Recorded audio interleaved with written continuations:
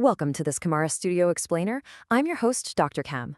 Today, we're taking a truly cinematic journey into the life cycle of biodiesel production. We're going to see exactly how chemistry takes dirty, discarded waste cooking oil and transforms it into a highly regulated, clean-burning alternative fuel. From raw vegetable oils to the engines powering our green energy landscapes, let's dive into how we turn our waste streams into sustainable power. Here is our step-by-step roadmap for today. First, we'll look at the biodiesel alternative, move into the chemistry of transesterification, cover safety and handling, break down the production process, dive into purification and washing, and wrap it all up with quality control testing. Let's get started. Section 1, the biodiesel alternative. So why are fuels derived from biosources like vegetable oils or animal fats gaining so much traction globally? Well, it really comes down to sustainability. Biodiesel is renewable, non-toxic, highly biodegradable, and compared to conventional petroleum diesel, it contributes significantly lower net greenhouse gas emissions. Now, when you're at the pump, you'll see biodiesel categorized using a B rating scale. B100 means you're looking at 100% pure biodiesel, but the most common real-world application is a blend, something like B20, which is just 20% biodiesel mixed with 80% standard petrodiesel. The absolute beauty of this is that blends rated B20 or below can run directly in standard diesel equipment, like tractors, power generators, or transport trucks, with literally minimal to no engine modifications required. It's a total game changer. But keep in mind, this isn't some magical one-to-one conversion. For every single cubic meter of biodiesel we produce, we also generate about 0.1 cubic meters of crude glycerol as a byproduct. Managing that volume of heavy glycerol presents a pretty massive waste challenge, but if it can be purified, it actually becomes a valuable secondary product for other industries. Section 2, Chemistry of Transesterification. Let's zoom way in.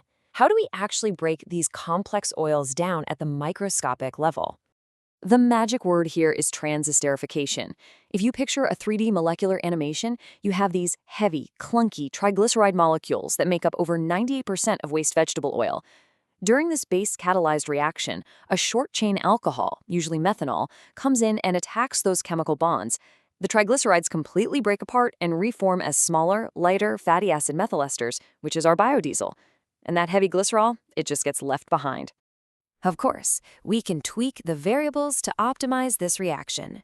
When we compare the two main base catalysts, research shows that sodium hydroxide at a 0.5% concentration actually yields higher biodiesel production than potassium hydroxide. In fact, if you dial that sodium hydroxide concentration in to exactly 1.0%, you hit a sweet spot, pushing absolute yields up to an impressive 68.5%. Section 3, Safety and Handling Precautions.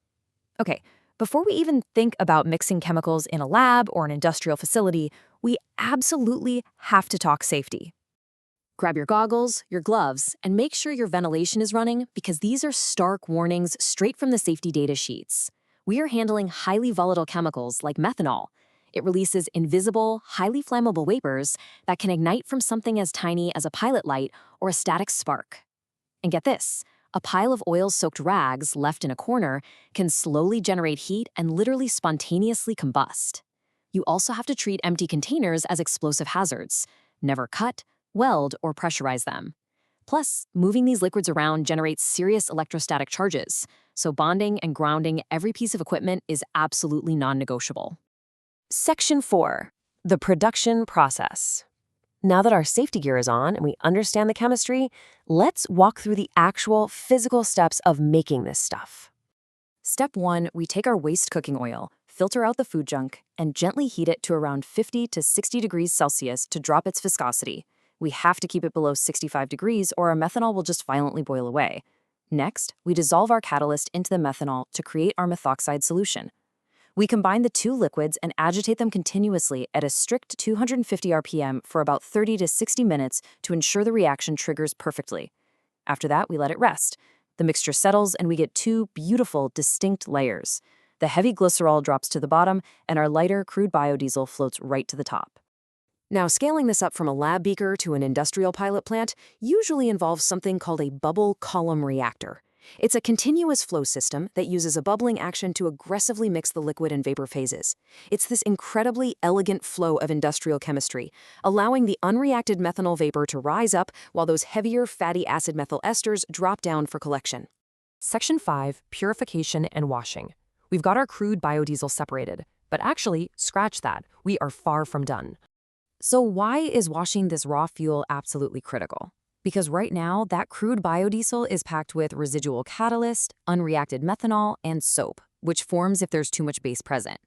If you dumped this raw, unwashed fuel into an engine, it would cause catastrophic, expensive damage. Figuring out how to efficiently strip out these impurities actually accounts for a massive 60 to 80% of the total production costs. To solve this, industrial setups rely on a water spray washing technique. It's brilliant in its simplicity. Biodiesel is nonpolar, but impurities like soap, leftover glycerol, and methanol are polar. So by showering the raw fuel with warm distilled water, the water physically binds to those impurities and pulls them right out of the biodiesel phase. After a few cycles and a little gentle heating to remove any leftover moisture, you are finally left with a stunning, clear, golden biodiesel product. Section 6, Quality Control Testing. Looking clean in a beaker just isn't enough. We have to zoom all the way back down to the atomic level to prove this fuel is safe for the real world. Strict legal frameworks like the US ASTM and European Union EN standards mandate incredibly extreme, microscopic limits on trace metals in fuel. We're talking about combined maximum limits of just 5 milligrams per kilogram for metals like sodium, potassium, calcium, and magnesium. And why so strict? Because excess trace metals will rapidly form an abrasive ash that will literally destroy a modern high-pressure diesel engine from the inside out. To detect metals at those microscopic levels, scientists use cutting-edge equipment like the Agilent ICP OES. This machine tests organic samples by literally transforming them into a superheated plasma. It's incredibly robust and fast, reading multiple wavelengths simultaneously, allowing laboratories to achieve atomic-level precision in just about 80 seconds per sample. But testing complex organic fuels is tricky, right? The carbon emissions from the fuel itself create this visual noise or background interference that hides the trace metals.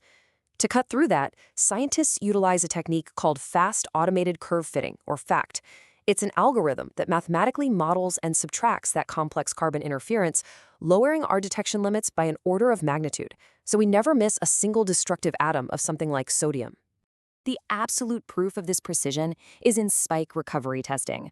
A lab will intentionally spike the biodiesel with a known amount of a metal, let's say 0.5 parts per million, and then run the machine to see if it detects exactly that amount. As you can see, the recoveries for calcium, potassium, sodium, and sulfur all land perfectly within a super tight plus or minus 5% variance. This mathematically guarantees the testing method's pristine accuracy, safely certifying the fuel for commercial use. We've just seen how brilliant chemistry can manipulate discarded waste oil at the molecular level, overcoming huge hurdles like high production costs and feedstock availability to create a highly regulated, clean-burning fuel. It really proves the massive potential of renewable biological resources in our global energy strategy. So it makes you wonder, if we can engineer fryer grease to power our engines, what other untapped waste streams are just waiting for the right chemical process to power our future? I'm Dr. Chem, and this has been a Chemora Studio Explainer. Keep asking questions, keep innovating, and I'll catch you on the next one.